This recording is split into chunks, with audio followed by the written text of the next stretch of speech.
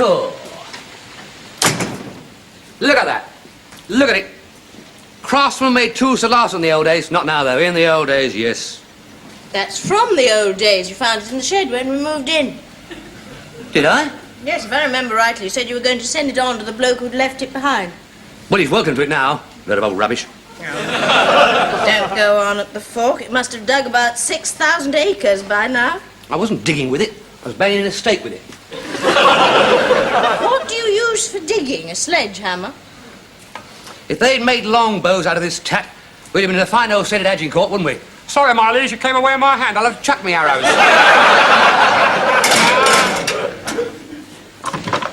And it's raining. You are having a little moan, aren't you? Well, it's important. We need all the daylight hours we can get. The nights are drawing in, you see. Yes, well, they usually do in autumn. Yes, but they're keeping us inside. We shouldn't just be sitting about doing nothing. True enough, you shouldn't. No. We should be using these long evenings like the crofters do. They don't just sit about chatting on the long evenings. They mend their nets and knit fair old jumpers. You can't knit. Neither can you. Well, mend your nets. I haven't got any nets. I'm just saying we should be utilising the time. Oh, yes, you mean like mending our working clothes, that sort of thing. Exactly. Now, you, for example, should be doing exactly what you are doing, which makes you a clever dick.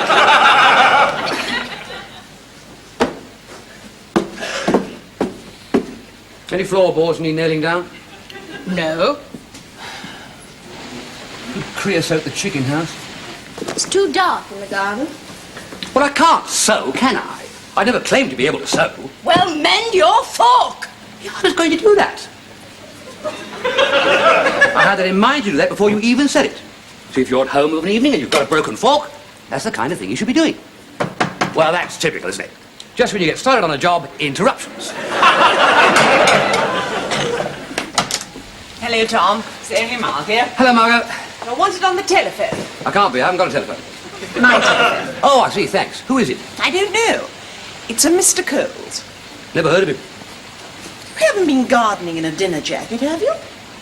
Certainly. You've heard of gentlemen farmers, haven't you? Hello, Margot. Hello, dear. Barbara, Tom is wearing a dinner jacket for manual work. He'll ruin it. Doesn't matter. But say he had to go to a function. Well, we don't go to functions anymore, Margot. No, you don't, do you? Nevertheless, a dinner jacket in a muddy garden. Well, I tell you what, think of it as just a coat. Mm-hmm. Yes. Well, that's it. That is all it is.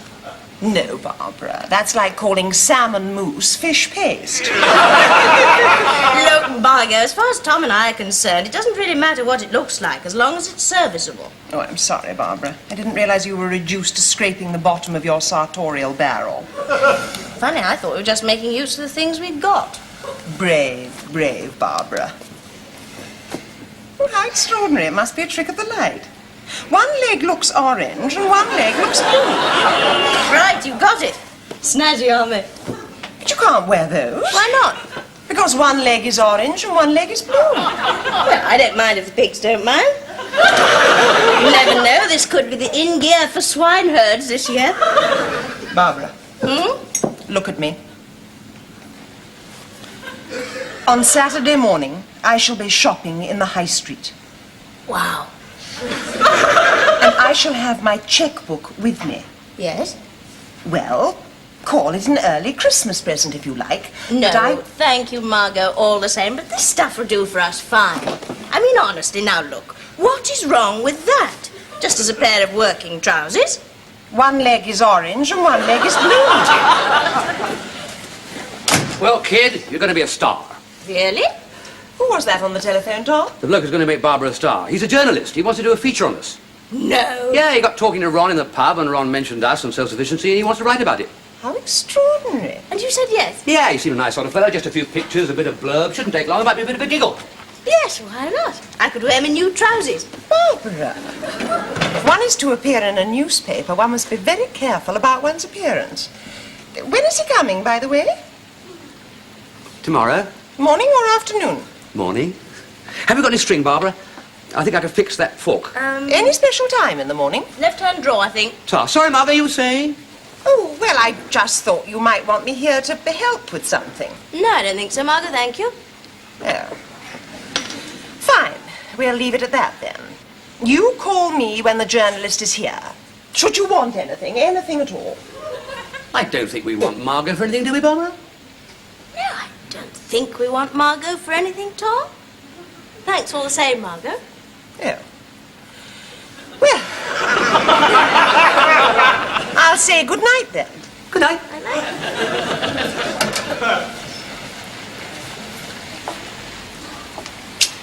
it. I know what Margot could do. Yes, what? Lend us a ball of string. Now, I'd like you to do something really interesting.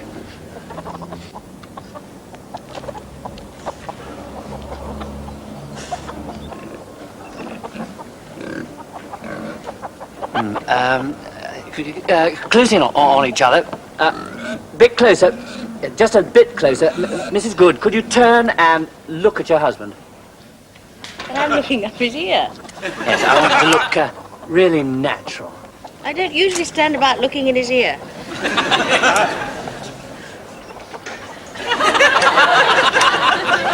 She's here. What, you might be? Miss Coles, I've got an idea. If we move a little along a bit, we can point at the pigs. Lovely. Right, out of the way, Piggy. Come on.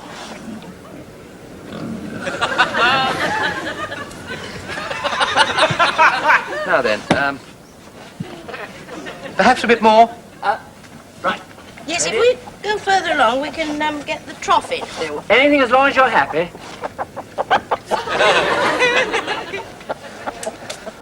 That's done, huh?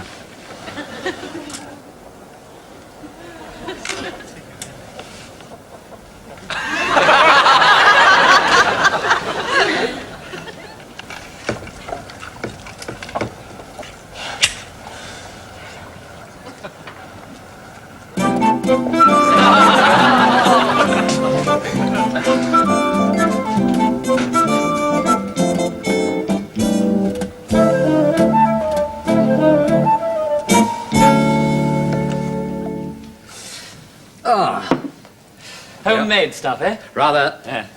Cheers. Cheers. Cheers. Now.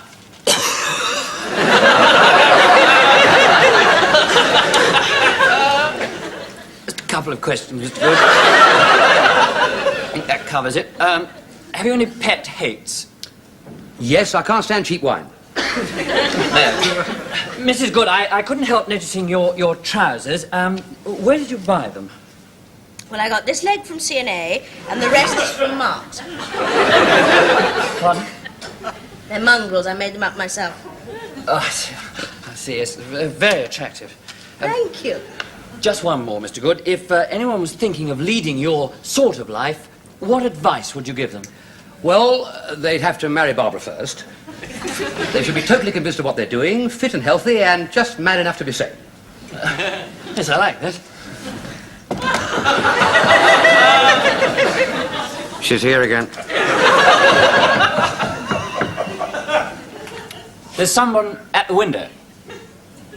Good heavens, so there is. Oh, hello, Margot. This is a nice surprise. Barbara, Tom, one ball of string as requested.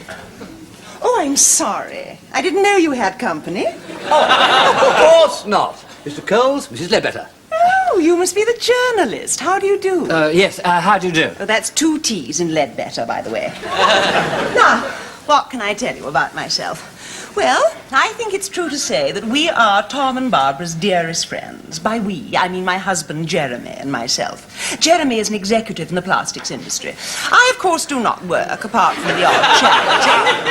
Hobbies? Well, it's no secret in Surbiton that I am one of the leading lights in the Music Society. Oh, by the way, we're giving the Sound of Music at the Town Hall from the 23rd till the 24th. Interestingly enough, Julie Andrews played my role in the film. Now, I think you may quote me as saying, you're not writing any of the stuff. No, I've got all I need for the article. It's about Mr. and Mrs. Good. Oh, I thought you might want some background information, some local colour.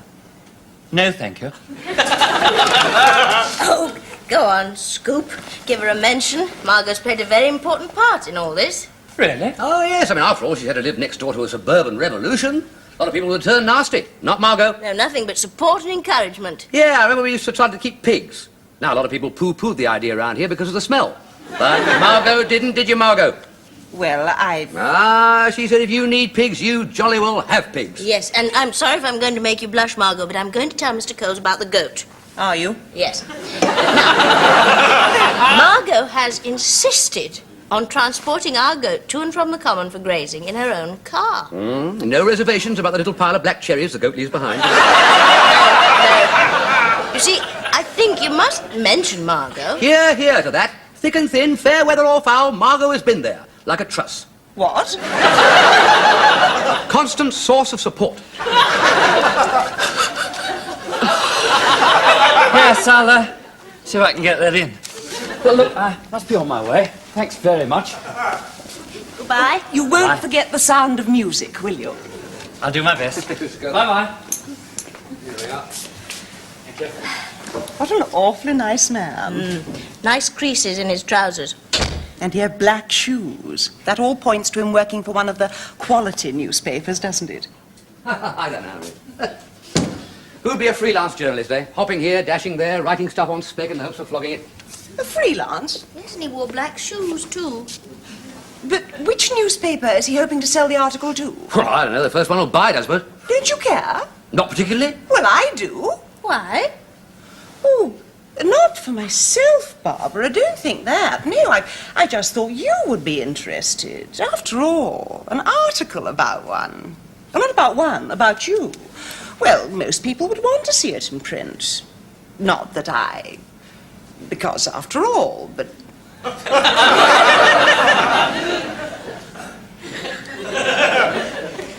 I can't sit here all day. I must be off. I'll see you later.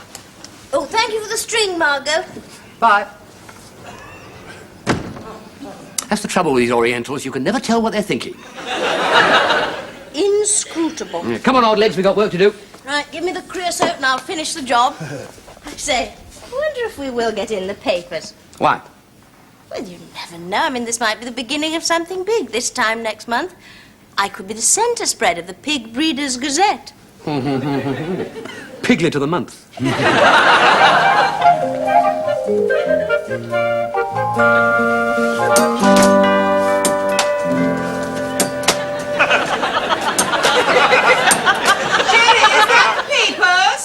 Yes. Paper boy must be late for school. Just emptied the entire contents of his sack through our litter box. No, I ordered them. Good God, why? Because I have felt for some time we should be more Catholic in our reading. I must say, this tabloid trash doesn't interest me in the slightest.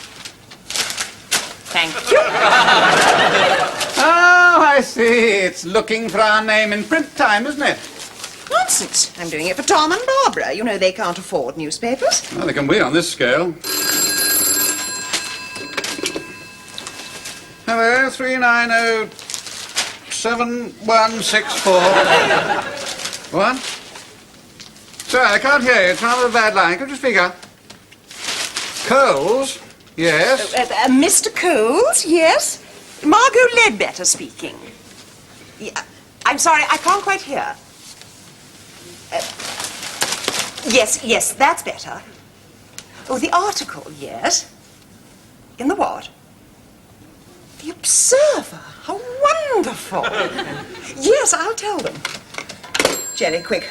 Run and tell Tom and Barbara that we are in the quality press. The Observer.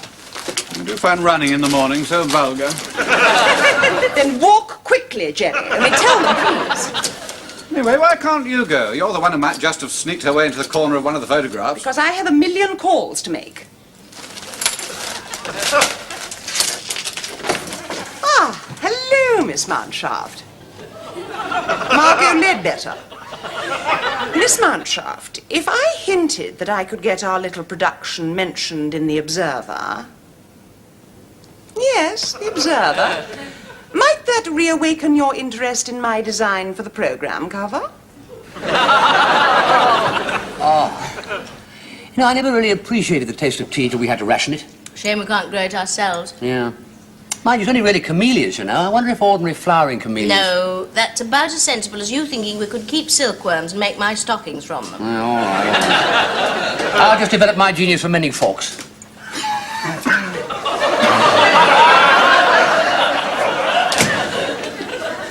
A lot of fresh air about it this time of day, isn't there? Hello, Jerry.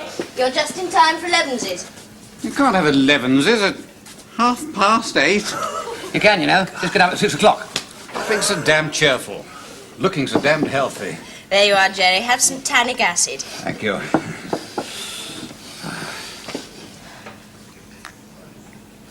Well, have you just come around to cheer us up, or did you want something? Oh, yes, the news. Your journalist friend just rang. He sold you to the Observer, no less. No, really? True. Well, good luck to him. Oh, I bet Margot's pleased. Please, you think he's just got a mention in the court circular. Oh, Jerry, I meant to ask you. What's a solvent for creosote? Isn't it a bit early for crosswords? No. Look, this is real-life drama. We were spraying the chicken house, you see. One of them poked his head round the corner and got it right in the parson's nose. I don't know. Take it to the laundrette or something. Anyway, why are you talking about chickens? Well, how would you like to be going about with creosote all over your bum? That's not what I meant. Look, you've just heard that you're going to be mentioned in the national press. It's ego time. You couldn't seem to care less. There's a reason for that. What? We couldn't. Yes, but why? Well, what's it really worth? A nice little read that ends up round a piece of cod and chips. Mind you, if the article had been about Tom's water skiing... Oh, you're creosoting the chickens. No, you're missing the point. Worth. You used the word yourself.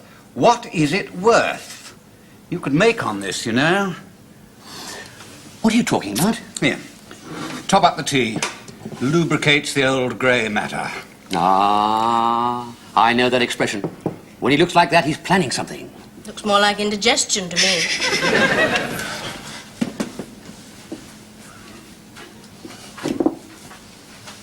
That's it. I've got it.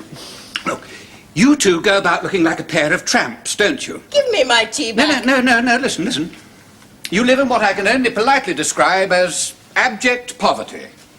You men tools that are only really fit for the junkyard. Hey, hands off, my gum's drying. And there you sit, passing up a golden opportunity to refurbish yourselves for nothing. God, look at you. About as much business acumen as a couple of characters out of the Magic Roundabout. What are you going on about? Well, I'll try to make it simple. Look, you go to local shopkeepers and you tell them that you're about to be featured in a national newspaper. This makes you a local celebrity. Now, if a local celebrity allows local shopkeepers to use his name for publicity purposes, he is liable to be showered with free goodies. What, you mean Tom and Barbara Good shop at Jaime Cohen's Chinese Emporium? Exactly. Oh, get off. I couldn't sell an idea like that. You couldn't, but I could do it for you. Truly? Yes. Perfectly simple business if you know how to handle it, and I do. What about it? Yes. No. All right. I think you're making a big mistake, Tom. No, wait a minute. Just because I'm lord and master and Barbara a mere chattel doesn't make my word final. God, you two are so liberated, aren't you? I expect you're now going to have a reasoned philosophical discussion. It's a little bit too early in the morning for that. Let me know what you've decided tonight. Okay, Jerry. And thanks. Bye now. I think I'll go and rip out my telephone. All right, then.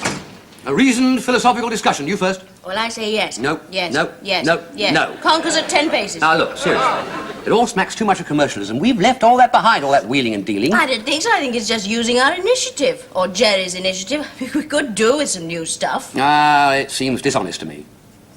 Ooh. Well, it would be if we tried to stock up with a lot of things that we don't even need. But we should only get things like dungarees and chicken wire and tools, things that we actually use. It's still a bit of bunce, isn't it? It's not us earning our own reward. Well, of course it is. I mean, the article would never have been written in the first place if you'd only grown 2 tomatoes in a window box.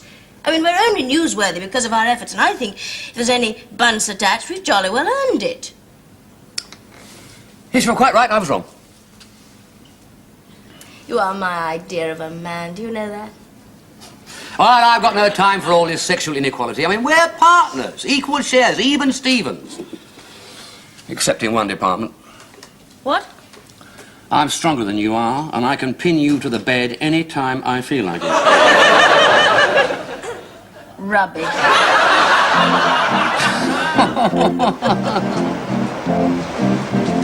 Thank you.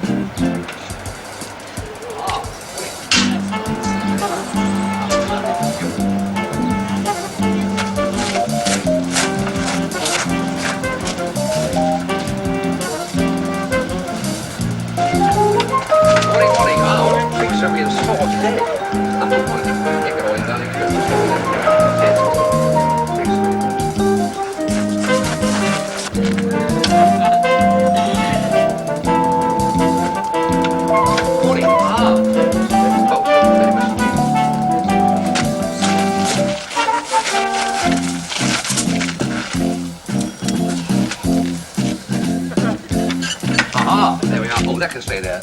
Yeah, all right, I'll take that, don't worry. I've got it. I've got it. Thanks very much for your help.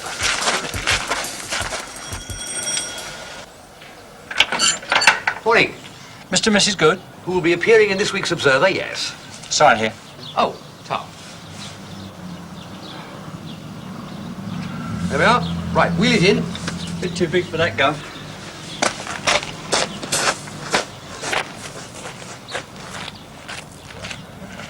Jerry, have you gone mad? We told you only the things we need. What are we going to do with that? Sail it round our bath? No, it's not for your love. It's your agent's commission.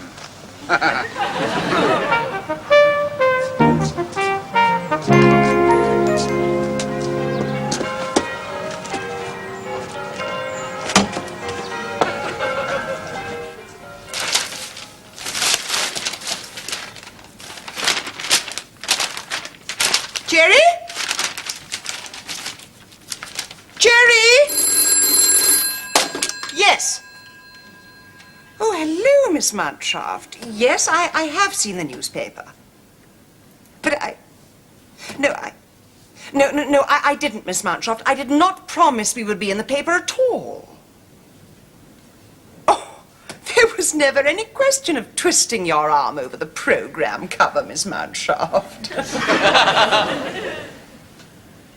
Very well, take that attitude. Do the cover the committee chose in the first place. See if I care. Jerry! Hello. Well, did they spell Leadbetter with 2 T's? They didn't spell it at all. I am not in the paper. Oh, dear. Oh, well, never mind. Neither are Barbara and Tom. Are you sure? Of course I'm sure. Bloody hell! Language, Jerry. It is Sunday. Well, get your hat on. We better go to church and start praying.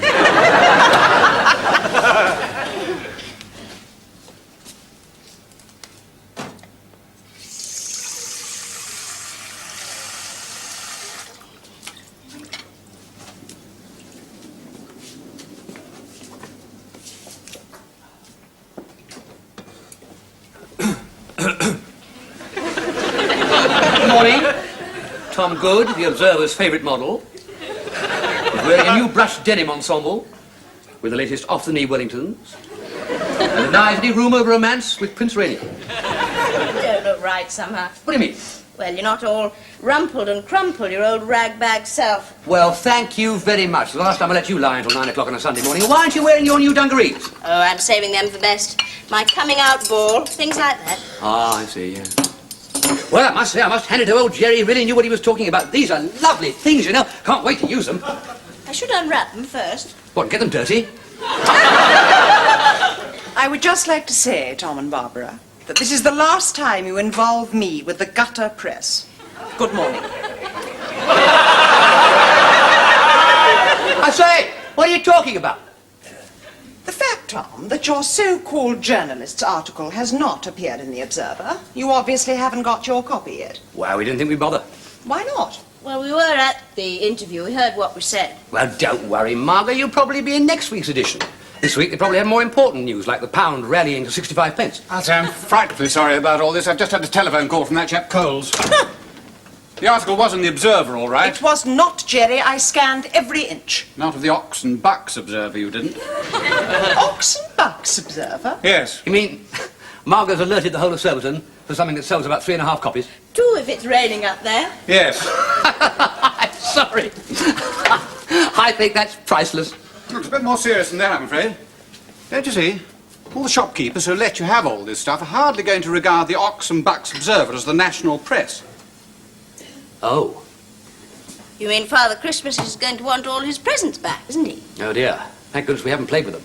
I can only say I am awfully sorry.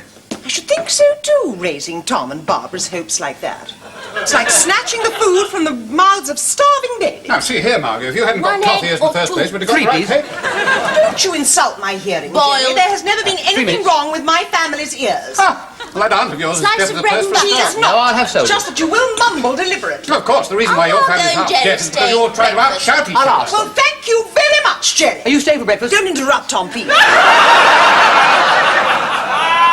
I'm so sorry. Yes, after all, you two are the only ones who've really suffered. This must be a hammer blow to your hopes. Well, a tiny tap, Margot, just a tiny tap. I mean, we were fine 2 days ago before the stuff arrived, and we'll be fine when Jerry takes all the stuff back to the shops tomorrow. Along with his boat. Oh, yes. Ah, well, never mind. I mean, with trousers like these, who needs new ones? Exactly. Ah, and this stuff over here, well, it's okay, it's fine, but it's soulless, mass-produced. Now, my old fork, there he is. There's something of me in that. This repair I did, it wasn't just a man mending an implement, it was a friend restoring a friend to health with affection. Look at that. A bloody load of old rubbish. I told you this fork was no good when I found it in the shed.